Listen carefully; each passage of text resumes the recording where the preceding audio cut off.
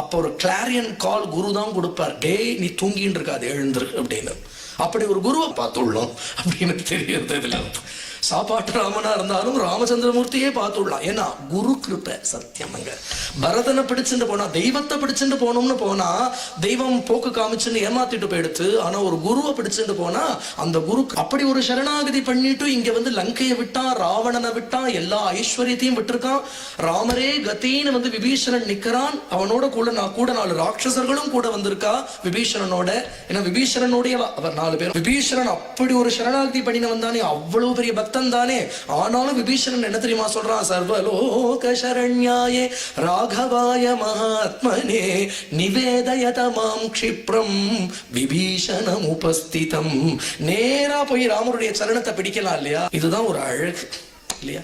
சாதுக்களை பிடிச்சுட்டு போனோமானால் தெய்வம் கேள்வி கேட்காமல் அனுகிரகம் பண்ணிவிடும். நமக்கு வேற எந்த குவாலிஃபிகேஷனும் வேண்டாம்.